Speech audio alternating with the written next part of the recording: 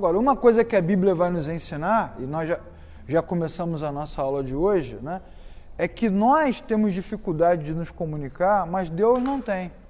Deus tem facilidade de se comunicar. Ele dialoga bem com o ser humano, né? Então, na antiguidade, por exemplo, nos tempos remotos da humanidade, todos os povos, todas as civilizações tinham nos seus rituais essa ideia da oferenda, do sacrifício. E o sacrifício sempre foi uma coisa criada para apaziguar a ira de uma divindade qualquer, não é?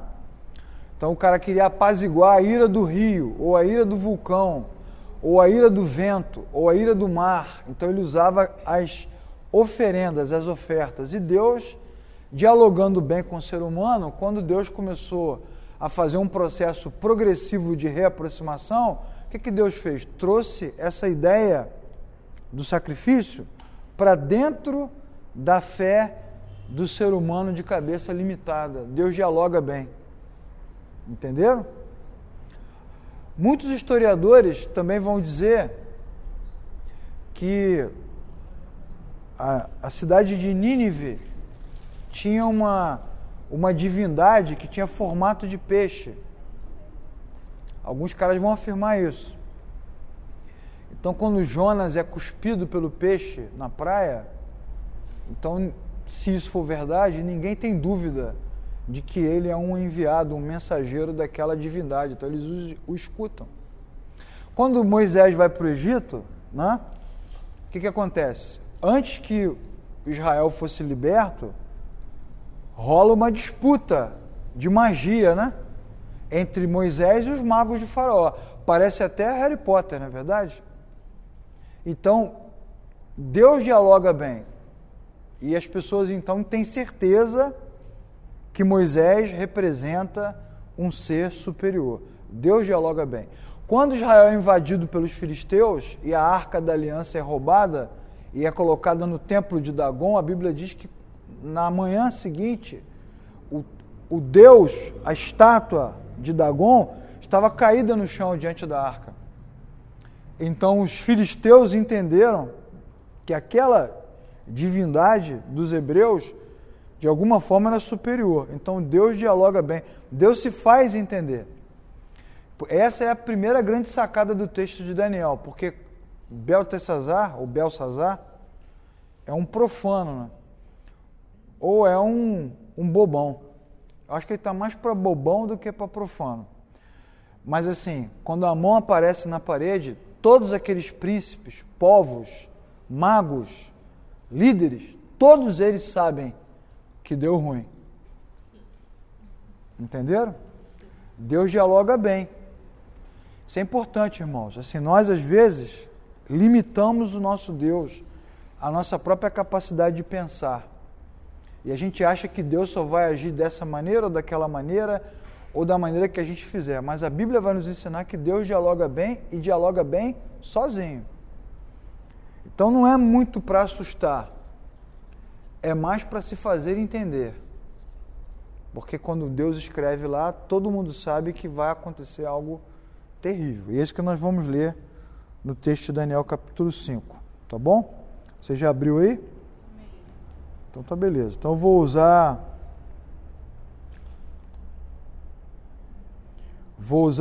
a versão que eu mais gosto, que é a Revista Atualizada.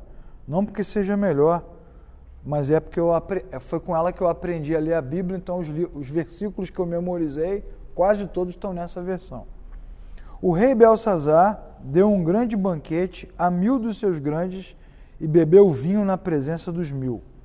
E enquanto bebia e apreciava o vinho, mandou trazer os utensílios de ouro e de prata que Nabucodonosor, seu pai, tirara do templo, que estava em Jerusalém, para que neles bebessem o rei e os seus grandes, as suas mulheres e concubinas. Então trouxeram os utensílios de ouro que foram tirados do templo da casa de Deus, que estava em Jerusalém, e beberam neles o rei, os seus grandes, as suas mulheres e concubinas. Beberam vinho, deram louvores aos deuses de ouro, de prata, de bronze, de ferro, de madeira e de pedra. E no mesmo instante, apareceram dedos de uma mão de homem e escreviam em frente ao candeeiro, na caiadura da parede do palácio real. E o rei viu os dedos que estavam escrevendo. E então se mudou o semblante do rei, e os seus pensamentos o perturbaram, e as suas juntas se relaxaram, e os seus joelhos batiam um no outro. E ele gritou, e mandou que se introduzissem encantadores, e caldeus, e feiticeiros, e disse: qualquer que ler a Escritura e me declarar a sua interpretação, será vestido de púrpura, e trará uma cadeia de ouro no pescoço, e será o terceiro no meu reino. Então entraram os sábios do rei, mas não conseguiram ler, nem dizer a interpretação. Então o rei se perturbou muito mais, e o seu semblante se mudou novamente, e todos os seus líderes ficaram com medo. A rainha-mãe, por causa do que havia acontecido, entrou na casa do banquete e disse: ó rei, não se turbem os seus pensamentos, nem se mude o seu semblante. Há no reino um homem que tem o espírito dos deuses santos. Nos dias do teu pai se achou nele luz e inteligência e sabedoria, como a sabedoria dos deuses. Teu pai, Nabucodonosor, o constituiu o chefe dos magos, dos encantadores, dos caldeus e dos feiticeiros, porque tinha um espírito excelente, conhecimento e inteligência, interpretação de sonhos, e sabia decifrar enigmas e solucionar casos difíceis. E se acharam em Daniel, a quem o rei pôs o nome de Beltesazar. Chame-se, pois, a Daniel, e ele vai interpretar. Então Daniel foi introduzido à presença do rei. E o rei disse: você é o Daniel que veio dos cativos de Judá, que o meu pai trouxe de lá? Tenho ouvido dizer a teu respeito que o espírito dos deuses está em ti, e que em ti se acham luz, inteligência e excelente sabedoria. Acabaram de ser introduzidos à minha presença sábios, encantadores, para ler a Escritura e me fazer saber a sua interpretação, mas não puderam dar interpretação. Eu, porém, ouvi dizer que você pode interpretar e solucionar casos difíceis. Se você puder ler essa Escritura e me der a sua interpretação, serás vestido de púrpura, terás uma cadeia de ouro no seu pescoço e serás o terceiro no meu reino. Então Daniel disse: os teus presentes fiquem contigo e dê os prêmios a quem você quiser. Eu vou ler a Escritura e vou lhe dar a interpretação. O Deus Altíssimo deu a Nabucodonosor, o seu pai, o reino, a glória, a grandeza e a majestade. Por causa da grandeza que lhe deu, povos, nações e homens de todas as línguas tremiam e temiam diante dele. Matava a quem queria e dava vida a quem queria, e exaltava a quem queria e abatia a quem queria. Quando o seu coração se elevou e se tornou soberbo e arrogante, Deus o derrubou do trono e perdeu a sua glória, e foi expulso do meio dos homens. E o seu coração foi semelhante ao animal, e a sua morada foi com os jumentos. Lhe deram comer erva como os bois, e bebeu água do orvalho do céu.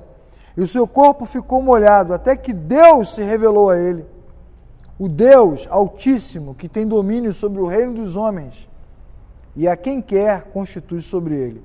Tu, Beltesazar, que és seu filho, não humilhaste o teu coração, ainda que você soubesse de todas essas coisas, e te levantaste contra o Senhor do céu, porque foram trazidos os utensílios da casa dele diante de ti, e você, e os grandes, e as mulheres, e as concubinas beberam vinho.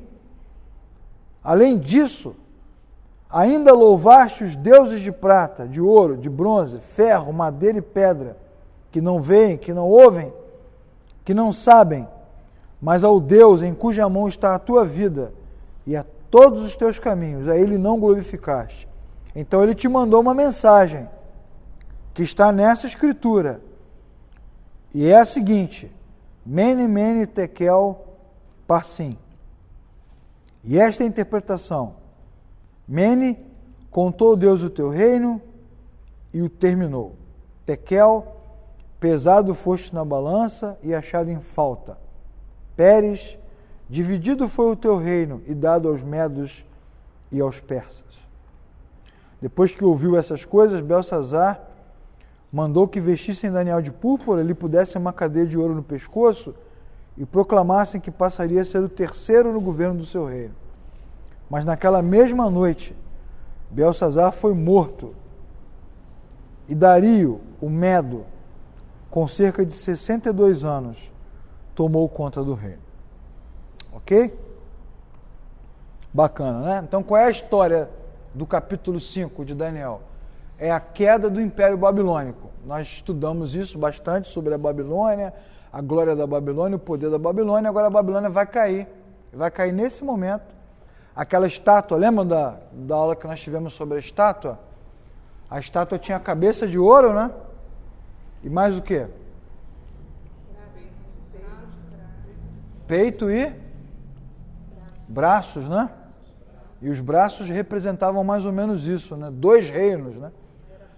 Isso, os medos e persas. Eles vão entrar agora e vão tomar conta da Babilônia, e a Babilônia, como existiu, ela vai acabar, né? Então o sonho de Nabucodonosor está se cumprindo agora, geograficamente, historicamente, tudo vai acontecer como Deus havia planejado. Só que essa noite, né, é uma noite sinistra, né? Não acontece com leveza, acontece de uma forma terrível. Vamos lembrar, como sempre, que Daniel tem uma missão na Babilônia. Sempre os irmãos precisam lembrar disso, né?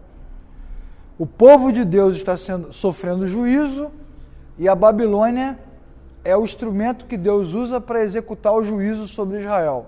Ao mesmo tempo, a Babilônia será julgada por tudo que faz. Entenderam?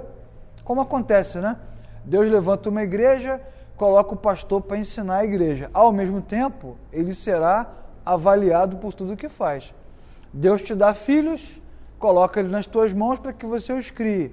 Ao mesmo tempo, você vai ser avaliado por tudo que você faz. Deus usa alguém para exercer o seu trabalho e vai julgar, né? E aí a gente vai juntar dois conceitos teológicos muito importantes, né? A soberania de Deus e a responsabilidade do homem. Lá no site, na página da Oficina da Palavra, oficinadapalavra.org, tem um vídeo muito legal do John Piper falando sobre isso. A tensão que existe entre a soberania de Deus e a responsabilidade do homem, né? Então Deus fala para Nabucodonosor: eu te dei toda a glória, mas eu sou Deus e quem manda sou eu. Quer dizer, eu dei o filho para você criar, mas você me deve responsabilidade. Coloquei a igreja na tua mão, mas você vai ter que dar conta dela. Igual aquelas parábolas de Jesus, né? Deu talento, mas depois o Senhor volta e pergunta: cadê o talento que eu te dei? Todos esses textos vão mostrar isso, né? Igual Deus falando com Adão: cuida do jardim, mas o jardim é de Deus, não é de Adão. Então é a soberania de Deus que dá glória e poder a quem quer, e a responsabilidade do homem, que será cobrado por aquilo que Deus o entregou. Então Daniel está na Babilônia com essa missão. Qual é a missão? Primeiro, ser um reflexo do Criador. É manter a sua integridade, a sua conduta, o seu caráter. É mostrar que Deus está ali. E eu falei sobre isso aqui domingo à noite, né? Deus está aqui, mas não pode ser visto, nem pode ser tocado. Então como é que a gente vê e toca? Com os irmãos, né? Você vê e toca Deus aqui com os irmãos. Então como é que você vê e toca Deus na Babilônia? Com Daniel. Como é que você vê e toca Deus em Canaã? Com Israel. Como é que você vê e toca Deus no Novo Testamento? Com os apóstolos, com os discípulos. E é sempre assim. Não pode ser visto, mas ele pode ser refletido. Da mesma forma, Daniel também tem uma fidelidade voluntária. É voluntário, né? Responde aí o que eu estou te perguntando e eu vou te colocar numa posição de glória. Você vai ser o terceiro. não quero. Pode dar o presente para quem você quer. Você vê que ele serve a Deus voluntariamente. Ele toma a decisão sozinho, ele não é obrigado. Não há nenhuma passagem do livro que mostre Deus falando com ele, né? Eu quero que você rejeite os presentes. Não tem isso. A decisão é voluntária. É sempre voluntária. A gente sempre fala sobre isso na escola dominical, né? Qual é o desejo dos irmãos? Que a igreja desse uma direção. Não faça isso. Não faça aquilo. Isso não pode, mas é mais fácil, Sênia. Qual é a beleza do cristianismo? É a decisão voluntária. Não faço, não quero, não vou, porque isso agrada ou não agrada a Deus. Além disso, Daniel é um porta-voz de Deus. E é muito legal porque ele é porta-voz de Deus para o povo de Deus e é porta-voz de Deus para a Babilônia. Ele é porta-voz para todo mundo. Uma das coisas que o livro vai nos mostrar é que Deus é Deus de todos. Os irmãos acham, né, que o nosso Senado Federal, que o nosso Congresso Nacional vai ficar impune, já falei sobre isso, vai ficar impune diante dos homens, mas Deus há de cobrar de cada um deles. Cada doente que morreu no hospital porque não tinha remédio, cada criança que foi abortada, cada pessoa que morreu com bala perdida, cada policial que morreu porque estava indo comprar pão, cada criança, cada velho, todos eles serão cobrados por Deus, irmãos. Então, todos vão de dar conta. Nesse sentido, os cristãos e a igreja são o porta-voz de Deus para dizer que isso não vai ficar impune. Nenhum deles vai ficar impune. Nenhum deles, de operação nenhuma da Lava Jato, vão ficar impunes aos olhos dos homens. Mas Deus há de pesá-los na balança. Talvez seja a grande frase do capítulo 5, né? Deus medindo. Né? Então, os dois assuntos do livro, a soberania de Deus e a fragilidade humana. Beleza? Ok? Então, vamos falar da história agora, né? Quem é Belsazar? Essa aqui é a grande questão. Da onde apareceu esse cara? Né? Do nada. A gente está falando de Nabucodonosor, de repente vai falar de Belsazar. É porque o autor do livro quer que você saiba como Deus usou Daniel e seus amigos dentro da história. Então ele não tem uma sequência muito lógica, ele quer te contar os pontos mais importantes da história. Então vamos ver quem é Belsazar. Belsazar, na verdade, ele é neto de Nabucodonosor. Pronto, já descobrimos, né? Essa maneira bíblica de falar, fulano é meu pai, é porque veio antes de mim, né? Não necessariamente é o meu, quem me gerou diretamente. Então, Nabucodonosor tem um filho chamado Evil-Merodach, e ele é assassinado pelo cunhado. Cunhado é uma desgraça, né, irmãos? O cunhado matou ele, tomou o trono dele. Mas aí o cunhado também morreu e o Labasse-Marduk, parece até língua estranha, né? O Labasse-Marduk tomou o trono do cunhado. Pois é. Aí ele também governou 9 meses e perdeu o trono para o Nabonido, que era um ex-sacerdote de Nabucodonosor. E esse aí, o Nabonido, era casado com a filha de Nabucodonosor. Ele é o rei. Belsazar é o filho dele. Então, quando Belsazar disse assim, interprete o sonho e você será o terceiro no meu reino, é porque provavelmente o Nabonido ainda está vivo. Né? Deve estar em alguma batalha, em alguma campanha, em algum lugar, e Belsazar está ali como segundo, não como primeiro. E vai colocar Daniel abaixo dele, como terceiro. Mas isso aqui é um reflexo das civilizações antigas, né? Guerra, inveja, trama, Game of Thrones, não é verdade? Para quem vê o seriado. Só não tem dragão, pelo menos não nas histórias bíblicas. Então, depois da morte de Nabucodonosor, o seu filho governou, depois o seu cunhado matou ele e tomou posse, depois o Labassurion-Derraque tomou posse, depois veio o Nabonido e tomou posse. Tomou posse. Isso, o sapatinho de fogo aqui tomou posse. Ele reinou durante 17 anos e perto do fim do seu reinado, ele colocou Belsazar como corregente. Então ele é o segundo do reino. Né?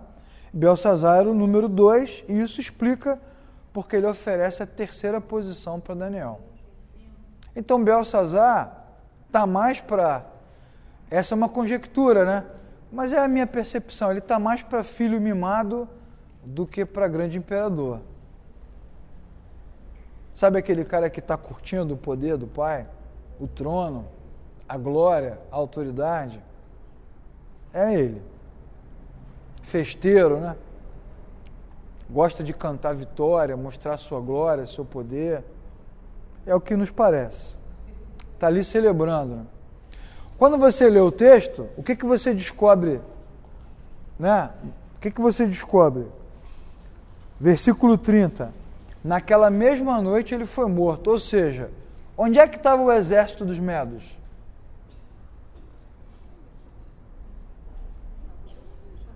Quanto tempo leva para você deslocar um exército?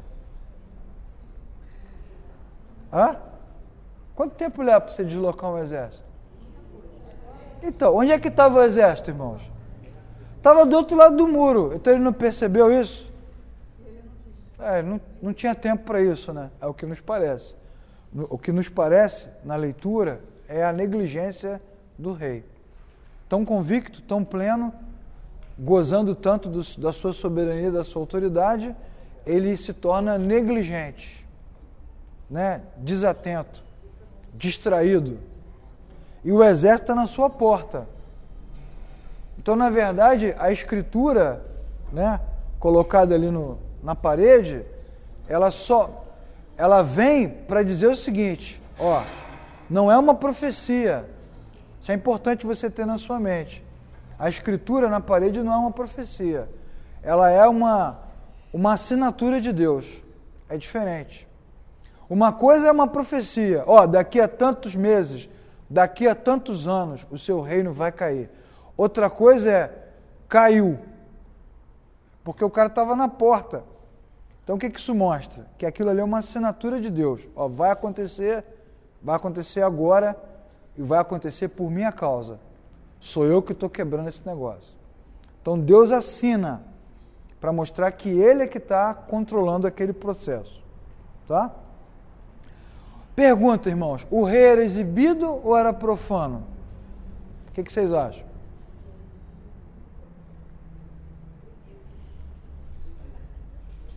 O que seria uma pessoa profana?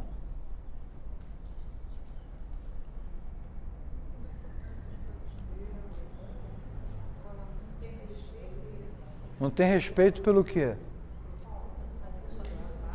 Pelo sagrado, né? Não respeita valores, não respeita religião, não respeita cultura. Muitas vezes eu aprendi, não sei você, mas eu aprendi, né, quando eu era garoto, essa coisa da profanação estava muito ligada à sexualidade, né? Profanou o templo, profanou o altar, mas não necessariamente. Profano tem a ver com desrespeito. O cara é profano, porque ele não respeita, né? Vai lá e desmonta o que você construiu, principalmente no que diz respeito à religiosidade. Profanou o templo, então ninguém pisa aqui de calçado, todo mundo, aí o cara entra de bota, toda suja de lama, profanou o templo, não respeitou a sua fé, a sua crença, a sua religiosidade. Jesus foi acusado de profanar a religião dos judeus. Você não lava a mão, você não trabalha no sábado, você faz isso, você faz aquilo. Você acha que ele foi crucificado por quê? Por isso, também. Mas a razão o que mais irritava os religiosos era essa coisa que Jesus tinha de quebrar, romper. Não é? Para eles era uma desconsideração, uma profanação. E uma profanação é um insulto. Agora, o Belsazar, ele é um profano ou é um exibido? O que você acha? Ele está mais para exibido ou está mais para profano?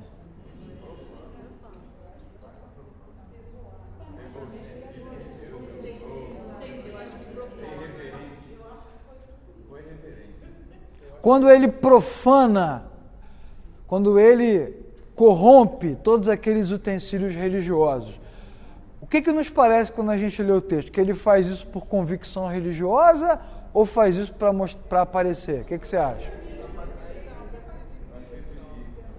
Então, pois é. O que nos parece é que a sua profanação, o que nos parece, está mais para exibição do que propriamente por convicção religiosa. Não. Na verdade, Nabucodonosor pegou porque era disposto de guerra, né? Mas agora você pegar aquelas... Vamos pegar aqui as vasilhas do templo de Salomão. Vamos beber vinho. Vamos agora pegar essas vasilhas com vinho e vamos fazer aqui uma ode, um cântico ao Deus babilônico. Isso é uma profanação. Né? É a mesma coisa que... Exatamente, a mesma coisa que a gente pegasse uma Bíblia aqui, né? Para exaltar uma... Vamos pegar a Bíblia dos cristãos aqui, vamos fazer uma exaltação a Iemanjá aqui. É uma profanação. Fala. Tem a ver quando, na fornalha, Nabucodonosor deu aquela determinação sobre a não mexer mais com a lei. Isso aconteceu 3 vezes. Aconteceu quando Daniel interpretou o sonho, aconteceu depois da fornalha e aconteceu depois que ele voltou de virar bicho lá. As 3 vezes Nabucodonosor se levanta e diz assim, o Deus dos hebreus é o Deus tal. Ninguém mexe. Então, é disso que Daniel vai falar. Você sabia? Não tem uma frase que Daniel fala aqui? Você sabia? Né? Vamos olhar o texto aqui. Ó. Cadê o meu texto? O problema da Bíblia no celular, que diferentemente da Bíblia de papel, a Bíblia de papel não desliga, né? O celular desliga. Isso é um problema espiritual, né? Que a Bíblia no celular tem. Né? Versículo 22. Tu, Belsazar, seu sucessor, não te humilhaste, embora soubesses de tudo isso. Então ele sabia. Sabia da história, né? Sabia do que tinha acontecido. Conhecia os decretos. Ele sabia. Né? Sabia. Quando o faraó, por exemplo, tem um texto lá em Êxodo que diz assim, apareceu um faraó que não conhecia José. É por quê? Porque, na verdade, de um texto para o outro não é um faraó só. É um monte de faraó. É tempo pra caramba. Então, aquela glória de José desaparece com o tempo. Ainda que você tenha registros lá. Mas você perde aquela cultura, né?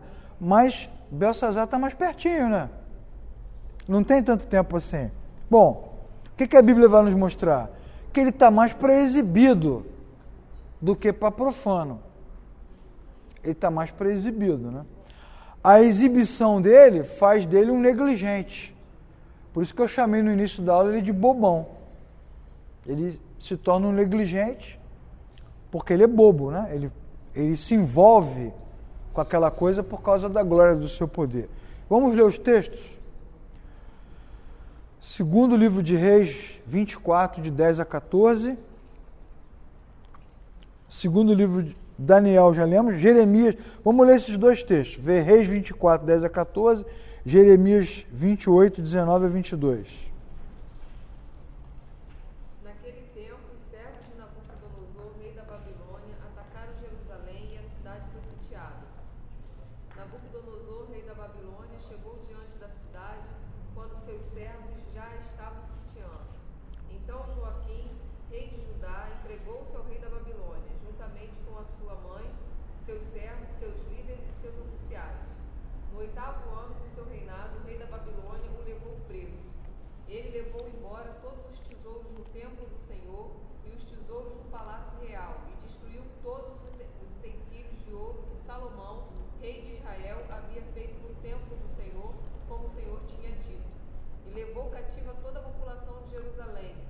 Também todos os líderes e soldados, 10.000 cativos, e todos os artífices e ferreiros.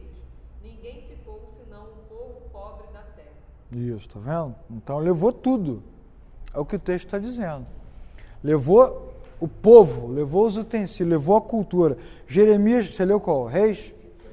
Então vamos ler Jeremias. Jeremias 28, 19 a 22. Jeremias 28? Tá errado? É burro, é burro. Então deixa, tá bom. Tudo bem. Outra pergunta. Foi um desrespeito às coisas, à cultura, à tradição, ou foi um desafio ao Deus dos Hebreus? O que vocês acham?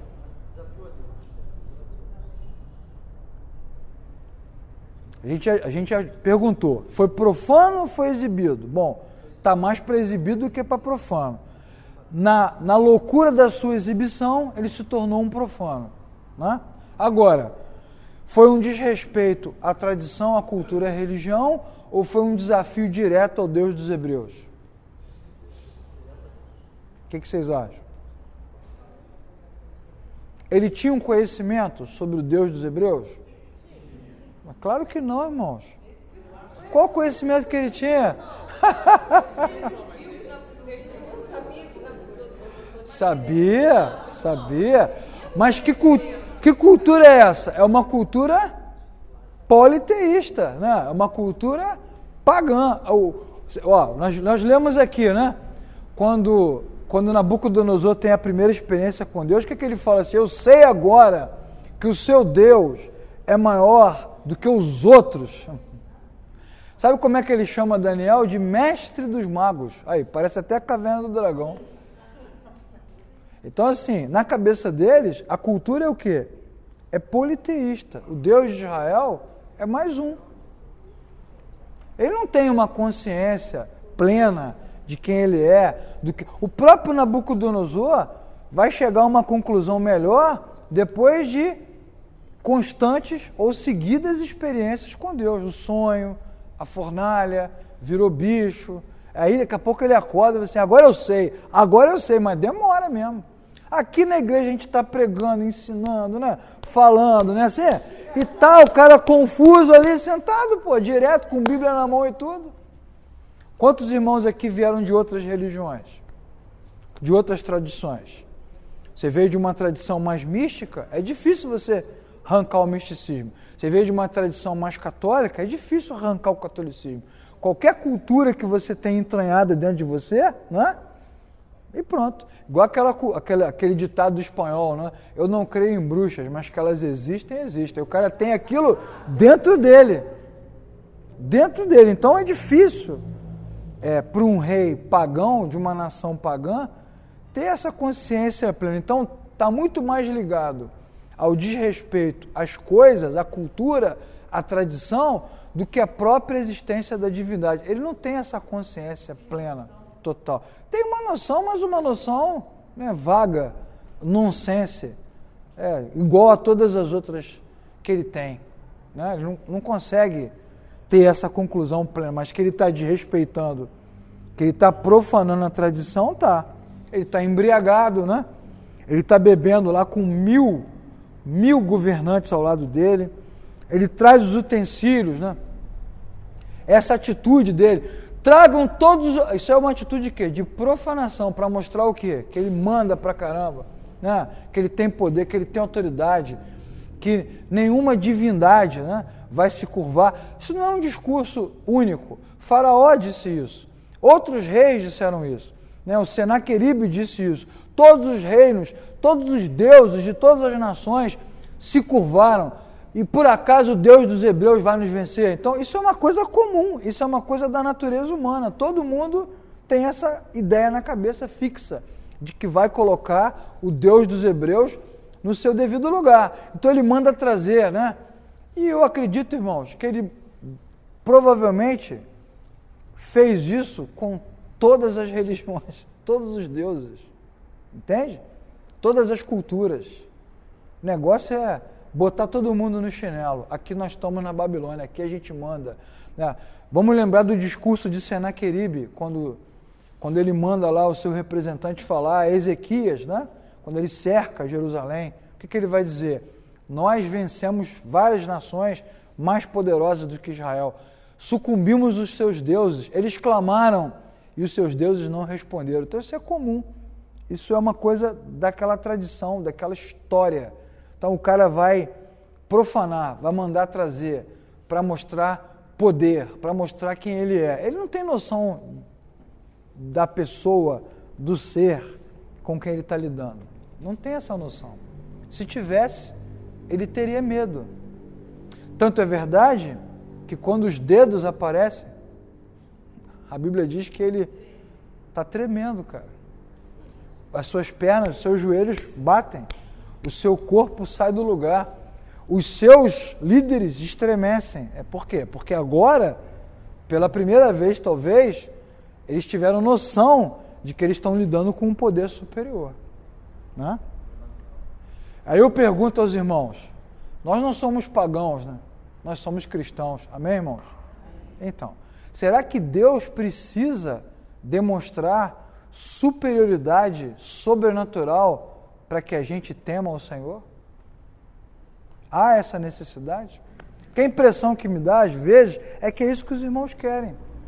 Querem vir no culto e querem que no meio do culto, no meio da reunião, aconteça uma experiência sobrenatural, alguma coisa terrível, né? Ou alguém morra fulminado aqui, né? Duro, tá vendo? Ele morreu porque estava em pecado, aí todos vão se curvar. Aí sim, todos nós vamos nos reconhecer, igual a cena lá do Game of Thrones, né? A Rainha dos Dragões. Curvem-se ou morram. Ah, você não vai nos matar, ela vai pegar dois e taca fogo. Queima! É quando ela acabou de queimar os dois, todos os outros se ajoelharam. É claro, quem é que vai disputar com ela? E às vezes a impressão que eu tenho, irmãos, é que muitos de nós vêm para o culto com essa expectativa de que Deus vai falar, né, vai revelar o podre que cada um tem, que Deus vai levantar um cara aqui, eu vi o que você fez, você é isso, você é aquilo. E isso é que vai nos fazer temer ao Senhor? É a revelação do que está escondido? É a experiência sobrenatural? É o espírito fantasmagórico? É a luz apagar? É o templo tremer? É isso que nos vai fazer? Porque se é isso que vai nos fazer, vai fazer com que a gente se torne crente, então, irmãos, nós não somos diferentes de Belsazar, nem dos babilônicos, somos iguais a eles. Nós amamos o Senhor porque Ele mudou a nossa vida. E devemos honrar e amar o Senhor voluntariamente pelo aquilo que Ele é. Se a gente só se move na direção de Deus por coisas sobrenaturais, a gente é tão profano, ou tão ingênuo, ou tão perdido quanto os babilônicos eram. Aí quando Deus faz alguma coisa, quando tem um sonho, a fornalha pega fogo, o cara vira bicho, aí todo mundo, o Deus Altíssimo, Ele é tremendo. É isso, irmãos? Claro que não. Por isso que Jesus vai dizer no capítulo 6 do Evangelho de João, nenhum sinal mais vos será dado. Quem quiser Deus, que venha. Nós queremos pão, porque Moisés fez o pão cair do céu. E Jesus disse assim, eu sou o pão vivo que desce do céu. Vocês querem pão? Eu estou aqui. Não querem pão? Não tem mais pão. Não dou mais pão para ninguém. Pode ir embora. E vai mandando todo mundo. Olha para os discípulos. Querem ir embora também? Pode ir embora. Vai todo mundo embora. Por quê? Porque a impressão que a gente tem é que muitas vezes o nosso coração é movido a fenômeno, quando nós deveríamos ser movidos pelo amor, não pelo fenômeno. Aí quando o dedo aparece, aí todo mundo estremece. Não era nem para ter rimado, mas rimou. Mene, tekel, facinho. Meu irmão, se eu ver uma mão dessa aqui, eu saio correndo. Eu não vou ficar aqui. Que coisa é essa? Que maluquice é essa? O semblante do rei mudou. O seu também não mudaria, não? É claro que mudaria. Tu ficaria desesperado, meu irmão. Eu me lembro, quando eu era menino, né? Já contei várias experiências aqui, mas toda vez que alguém se levantava para entregar uma profecia na igreja, por exemplo, meus irmãos, nenhum de nós achava aquilo bacana. Ficava todo mundo com medo, duro na cadeira. Tomara que não seja comigo. Porque qual é a impressão que a gente tinha? É que o que ia ser dito era para nos expor a algum tipo de problema, ou para contar alguma coisa que nós fizemos de errado. É essa relação que a gente tem com Deus, de medo? Ele vai me expor? Ele vai me destruir? Ele vai me envergonhar? Ah, irmãos, então eu sou tão pagão quanto os babilônicos, pô. Se Deus quisesse nos envergonhar, já teria nos envergonhado, irmãos. Se nós estamos aqui é porque até aqui nos ajudou o Senhor. Não é verdade? Então eu tinha medo. Os meus amigos também tinham medo. Tinha medo. Medo que alguma coisa acontecesse. Né? Então o semblante do rei mudou. A rainha, obviamente, não é a esposa de Belsazar, porque a gente já descobriu que ele não é o primeirão, ele é o segundo. Né? A rainha, provavelmente, teoricamente, é a mãe dele. Filha do Dom Corleone, que é o Nabucodonosor, que foi o primeiro chefão.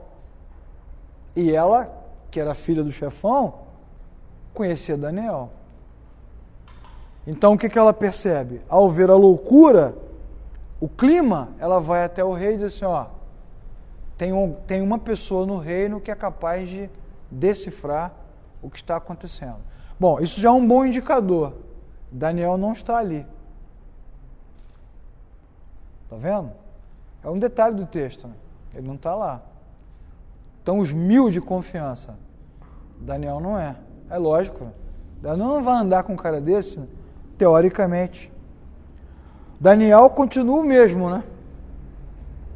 Um homem que não faz concessões, que não se vende, que não aceita presentes. Tem um profeta que era assim, lembra de Eliseu? Vou te dar presente. Não quero. Leva com você. Quero nada. Também o rei tentou comprar Abraão, lembra? Vou te dar presente. Não quero. Para que você nunca diga que Abraão fez isso ou fez aquilo porque você bancou. Não quero. O cara também tentou comprar Davi, né? Eu quero construir um templo. Eu te dou o terreno. Não quero. Nunca oferecerei ao meu Deus alguma coisa que não me custe nada. Frase boa, né? Então, os servos de Deus, eles não se vendem. Agora, não se vender não tem a ver com pecado, tem a ver com moral. A integridade do cara. Não quero. Então, Daniel é o mesmo. É o mesmo Daniel, anos depois. O Daniel que não comeu os manjares. Né? É o mesmo Daniel que não se troca. Ele não se troca. Ele continua o mesmo. Ele serve a Babilônia, isso é muito bacana. Ele trabalha no império, ele tem uma vida secular cotidiana. O palácio não é o templo, ele não é um sacerdote. Ele é um político, ele é um diplomata, ele é um cara civil, ele é um cidadão. Ele serve a Babilônia, mas ele não contamina a sua fé, os seus valores. Isso é muito bacana. Ele trabalha na Babilônia, mas ele não virou... Ele não foi aculturado, ele não foi transformado naquilo ali. Não foi transformado. O que é outra falácia do nosso tempo, né? Ah, o cara vai para a faculdade, né? E a faculdade não sei o quê. Ele vai se a gente estiver fraco na fé, né? Sem base, sem fundamento. Mas se nós estivermos firmes, se nós formos do Senhor e o Senhor estiver conosco, nós conseguimos estar em qualquer lugar sem nos deixar contaminar com aquilo ali. Porque para contaminar, você não precisa ir para a Babilônia. Você pode se contaminar dentro da igreja. Não precisa ir para um lugar profano. Dentro da religião. Dentro do próprio coração. Né? Dentro do próprio coração. Daniel serve a Babilônia. Né? Daniel foi o que Israel nunca conseguiu ser na sua jornada em Canaã. Porque Israel, toda vez, a cada geração, era contaminado pela cultura dos povos de Canaã. E Daniel não. Mudou o rei, mudou o governante, mudou o tempo, mudou a política e Daniel continua ali, tranquilão, com a sua fama, com a sua integridade, né? Conhecido, né? Vocês viram os atributos que a rainha confere a Daniel, né? Vamos ver aqui o texto, ó. Os atributos que ela vai mencionar, né? Cadê? Versículo 11, né? Inteligência extraordinária, capacidade de interpretar sonhos, resolver enigmas e mistérios, né? E ele vai dizer, você tem uma inteligência e uma sabedoria fora do comum, possui percepção, Tá vendo? Isso é bacana. Isso é o que a gente sempre fala na escola dominical, né? Você é crente, você está lá onde você trabalha, onde você estuda, onde você vive e não tem envolvimento nenhum com aquelas pessoas. Ninguém te chama para festa, porque você não se contamina. Entretanto, na hora em que a crise surge, o nome de Deus é glorificado. Não, chama lá a Solange que ela vai orar por nós. Ela é crente. Chama lá o Jorge, porque ele vai nos dar ele vai nos dizer o que está acontecendo. Né? O nome de Deus é exaltado nessa hora, quando a bússola, a seta de Deus aponta para o cara. E aí alguém chama lá o cara lá no navio, lá que aquele cara é crente. Aí ele vai. Né? Como aconteceu, por exemplo, no caso de Naamã, que era leproso, e quem é que vai dar o hashtag fica a dica para ele? A menina, que era escrava. Na minha terra tem um profeta que fala com Deus, e o Deus do profeta cura essa doença. E ele ouve e ele vai. Bacana, né? Então a gente pode servir ao Senhor. O que não pode é o romance. A gente fica romântico. Eu quero ser crente e quero que o mundo me receba e me aceite dentro dos meus padrões. Isso não vai acontecer, irmãos. É impossível. Isso é o romance da religião. Não, você pode ser crente e pode fazer, e pode estar, e pode conviver, e pode sentar. Não pode. Ou você é crente ou não é crente. O simples fato de você se posicionar, isso já vai te impedir, já vai fechar um monte de porta, rapidamente. Por quê? Porque ninguém me quer por perto. Chato, sem graça, moral diferente, cultura diferente, papo diferente. Então, a gente vai falar de quê? Né? Mas, quando há necessidade, Deus é lembrado. Chama o Daniel, e Daniel vai. Bom, versículo 15. Trouxeram os sábios, encantadores, para que lessem a inscrição, eles, porém, não conseguiram. Mais uma vez, né, a Pérsia tem todo o conhecimento, mais ou menos, né? Tem todo o conhecimento até a página 2. Ok? Uma das coisas, por exemplo, que o terrorismo está mostrando, né, guardadas todas as proporções, para fazer uma analogia bem fraca, mas tangível, verossímil, o que o terrorismo está mostrando? A nação é bem poderosa, né? Até a página 2. Tem lá um ponto fraco. Né? Por essa você não esperava. Então o cara entra e te engana. E aí fica todo mundo que tinha o nariz empinado, fica todo mundo humilde. Porque o espanhol, né? O inglês, o europeu, que se acha elite, aí o que o terrorismo faz? Expõe a fraqueza, a fragilidade. Porque te pega por onde você não espera. Não está matando o soldado, está matando a criança. Aí te deixa, né, deixa fragilizado. Mostra a sua fragilidade. Então a gente não era tão forte assim como a gente pensava. Cada situação dessa mostra o quê? Que a segurança do homem é frágil. Ela é falha. Você pensa que está seguro, mas não está. Você pensa que está, mas não está. Não tem jeito, né? Então, é uma mensagem muito objetiva, né? São 4 palavrinhas e os caras não conseguem traduzir. Isso é muito legal. Mensagem sinistra, né? Mene, Tekel, Ufarsim ou Pérez, dependendo da versão. Tem que ver como é que está a sua versão. Isso. Depende da versão. As mais antigas, né? A que eu aprendi lá, revista e corrigida, é essa aí. Mene, Tekel, Ufarsim.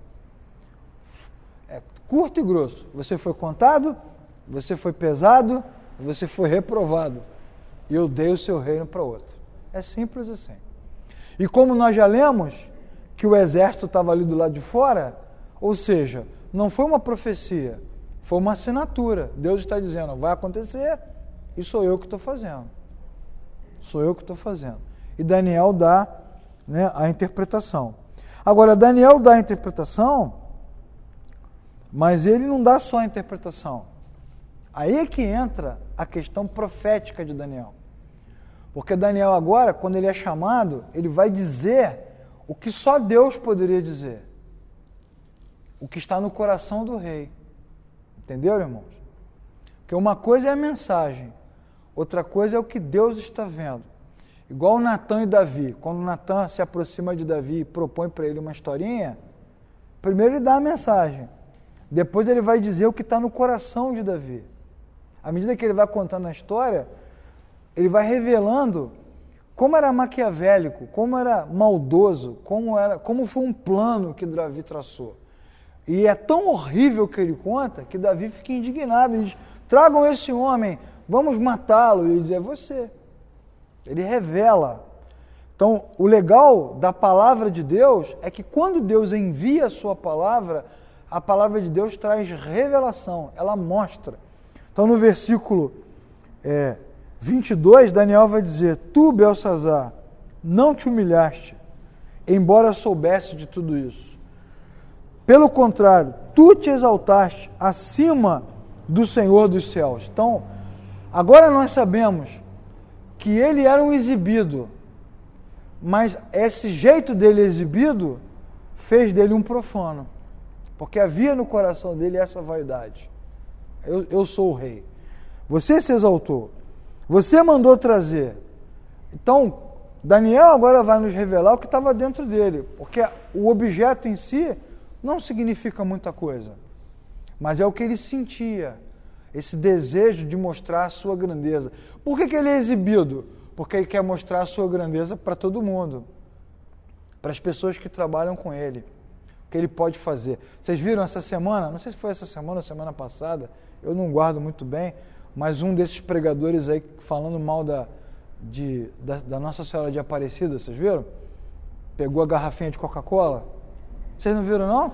Pô, mas vocês não veem nada, né? Ele pegou a garrafinha de Coca-Cola para falar mal de Nossa Senhora. Nunca viram, não? Então bota lá depois no YouTube para você ver. Mas você vê o quê? Que assim, não é uma convicção religiosa. É exibição mesmo. Na câmera, para mostrar para todo mundo que ele tem autoridade, que ele tem poder, que a religião do outro é vã. Isso não agrada a Deus, né? Isso é exibição. A exibição que revela a vaidade do coração, né? Então, beber vinho na taça do templo não significa muita coisa. Agora, beber com a intenção de mostrar que você manda pra caramba, isso para Deus significa muito. É vaidade, né? Então, Deus sonda corações, né? Quando o cara está pregando no púlpito, e o cara pode ser qualquer cara, né? Ou pode ser a cara também. Está pregando para ensinar ou para mostrar que sabe? Está dando aula na escola dominical para que o irmão cresça ou para derramar o seu conhecimento? O povo não sabe, né? Mas Deus sabe. Que até com a palavra de Deus na mão, olha só, hein? Até citando Deus e com a palavra de Deus, às vezes eu quero ser maior do que Deus. Ou mostrar que eu controlo Deus. Então Deus revela. E quando Deus revela o pecado de Beltsazar, Deus está corrigindo Israel. Entende? Eu estou fazendo isso com ele. E foi isso que eu fiz com vocês. A maneira como Beltsazar me trata é a maneira como vocês me trataram esse tempo todo. A correção de Deus para a Babilônia revela o que tinha no coração de Israel, que era o controle de Deus, né? Nós controlamos Deus. Na guerra contra os filisteus, o que os israelitas disseram? Tragam a arca, como se Deus pudesse ser acionado, né? Como se fosse um botão a ser apertado. Deus é livre, irmãos. E aí os filisteus ganharam a guerra com a arca e tudo, levaram a arca embrulhada para presente no bolso, e não adiantou nada. Então, essa é a grande questão. E eu digo aos irmãos, como já disse algumas vezes, pior do que Deus revelar a nossa loucura é Ele nos deixar mergulhar na nossa loucura. Pior do que Deus vir aqui e nos corrigir é Ele permitir que coisas diferentes aconteçam, isso tudo nos deixe mais confusos ainda, perdidos. Melhor seria que Ele nos corrigisse do que nos deixar mergulhar na nossa própria loucura. A gente chega aqui achando que manda em Deus, controla Deus, faz declarações, ora, canta e de repente um milagre acontece diante dos nossos olhos. Seria melhor que Deus nos corrigisse, porque isso vai se tornar uma âncora, vai nos prender a nossa loucura, a nossa doença religiosa. E é isso que Deus está dizendo, você está doido. Israel também estava assim. Eu julguei Israel e vou julgar você. Beleza, irmãos? Então, para a gente terminar, lições que não devemos esquecer.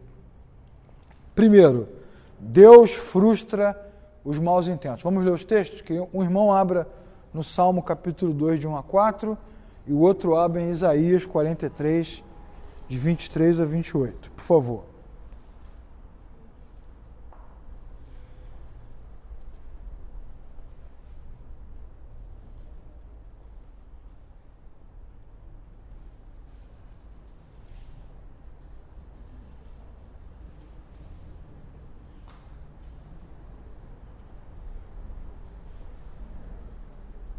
Quem achou o Salmo pode ler. Esse amontila as nações, os povos tramam em vão. O rei da terra, com posição dos governantes, conspiram unidos contra o Senhor e contra o seu ungido, dizem: façamos em pedaços as suas correntes, lancemos de nós as suas algemas. O seu trono dos céus, o Senhor, põe-se a rir e caçou a Deus. Viu? Deus revelando no Salmo o que a pessoa pensa, né? Vamos fazer isso, vamos fazer aquilo. Isaías 44, 23 a 28. Regozijai-vos, ó céus, porque o Senhor fez isso. Exultai, vós, ó profundezas da terra. Retumbai com júbilo, vós, montes, vós, bosques e todas as suas árvores, porque o Senhor remiu a Jacó e se glorificou em Israel. Assim diz o Senhor que te redime, o mesmo que te formou desde o ventre materno. Eu sou o Senhor que faço todas as coisas, que sozinho estendi os céus e sozinho espraiei a terra. Que desfaço os sinais dos profetizadores, mentiras, e enlouqueço os adivinhos, que faço tornar atrás os sábios, cujo saber converto em loucuras, que confirmo a palavra do meu servo e cumpro o conselho dos meus mensageiros, que digo de Jerusalém: ela será habitada, e da cidade de Judá, ela será edificada, e quanto às suas ruínas, eu as levantarei, que digo a profundeza das águas: seca-te, e eu secarei os teus rios, que digo de Ciro: ele é o meu pastor e cumprirá tudo o que me apraz, que digo também de Jerusalém: será edificada, e do templo será fundada. É isso. Versão contemporânea. Quem manda sou eu. Resumindo, né? Mas eu gosto muito dessa passagem, de uns detalhes que ela tem, né? Eu confundo o sábio, eu enlouqueço o adivinhador, eu desfaço a profecia do profetizador. Muito legal o versículo, né? Então, às vezes, você vê isso mesmo, Deus confundindo o cara fica confuso. Ele começa a falar umas coisas e não percebe o que está falando, porque ele frustra o plano. O cara tinha um plano, Deus frustra, não dá certo. Incrível, né? Incrível. Segunda coisa, Deus é paciente e tardio em irar-se. Êxodo 34, de 5 a 7, e eu quero ver você abrir rápido, Naum, capítulo 1, versículo 3. Desafio do século. Ângelo, abre aí, Naum, capítulo 1, versículo 3, rápido. Êxodo 34, quem achou pode ler.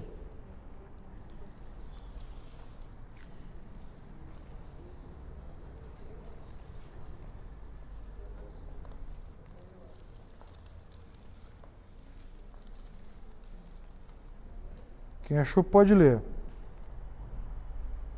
Então o Senhor desceu na nuvem, permaneceu ali com ele e proclamou o seu nome, o Senhor, e passou diante de Moisés proclamando: Senhor, Senhor, Deus compassivo e misericordioso, paciente, cheio de amor e de fidelidade, que mantém o seu amor a milhares e perdoa a maldade, a rebelião e o pecado. Contudo, não deixa de punir o culpado, castiga os filhos e os netos pelo pecado de seus pais, até a terceira e quarta gerações. Isso. Então, o que o texto vai nos ensinar? Deus é soberano, mas o homem tem responsabilidade, tá vendo? Deus é tardio, é paciente, é longânimo. Isso não quer dizer que não haverá juízo. Naum, quem achou? O Senhor é tardio e irá, Garoto. mas grande em poder, jamais inocente ao culpado. O Senhor tem o seu caminho na tormenta e na tempestade, e as nuvens são o pó dos seus pés. Muito legal, né? Ó, esse versículo a gente tem que mandar lá para o Congresso. O Senhor nunca inocenta o culpado. Né? Não confundam, irmãos, justificação com inocência. Nós somos todos culpados. Deus nos justifica, mas não inocenta ninguém.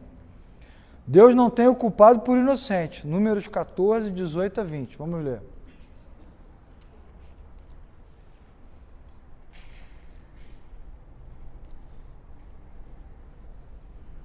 O Senhor é tardio em irar-se e grande em misericórdia.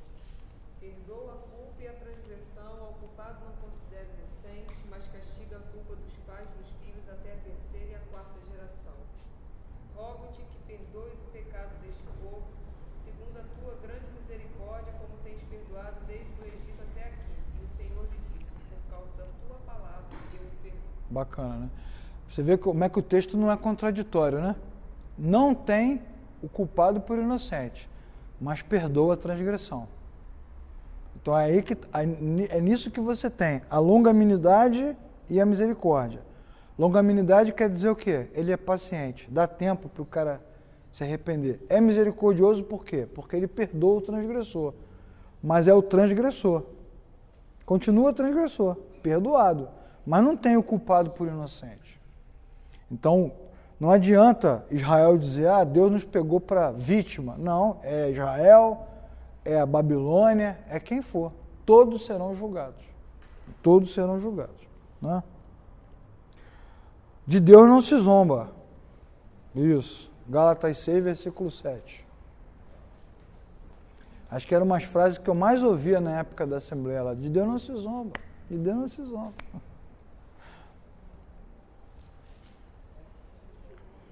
Zombar de Deus não é xingar Deus, né? Zombar de Deus é o quê? É fazer o que ele fez, profanar, desconsiderar. Isso, no final todo mundo vai ser perdoado. Isso é uma zombaria. No final nada vai acontecer. Vai acabar em pizza, uma grande pizza espiritual. Gálatas 6, 7. Não se deixe enganar, de Deus não se zomba. Isso. Pois o que o homem semear, isso também colherá. Isso aí. Os texto mais tradicional, não se deixe enganar, Deus não se deixa escarnecer. Frase bem pentecostal, né? Legal.